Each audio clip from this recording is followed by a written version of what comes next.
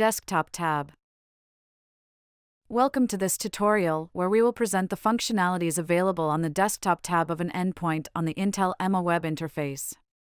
We will show the remote desktop functionality, which is one of the in-band Intel EMA functionalities. Step 1. Starting from the General tab. We will start by navigating to the General tab of an endpoint. Let's first focus on the conditions.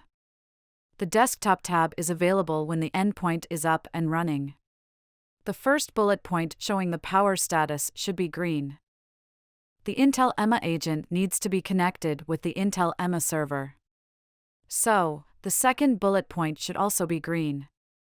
If both bullet points are not green, the Desktop tab will be grayed out and not usable. Step 2. Desktop tab. Click on Desktop. Click on Connect. There is no user consent window popping up on the remote PC since user consent for in-band KVM is not selected in the profile of the endpoint group. The remote desktop functionality allows the complete control on the remote PC. You can choose to go full screen. You are able to start applications such as a web browser, a command window. On the remote PC, click on the Escape key on the console to return to the normal screen. Click on the red disconnect icon to finish the remote desktop session. Congratulations!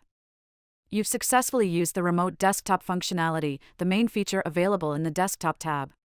Stay tuned for the videos explaining the information and capabilities of the other tabs of an endpoint on the Intel EMA web interface.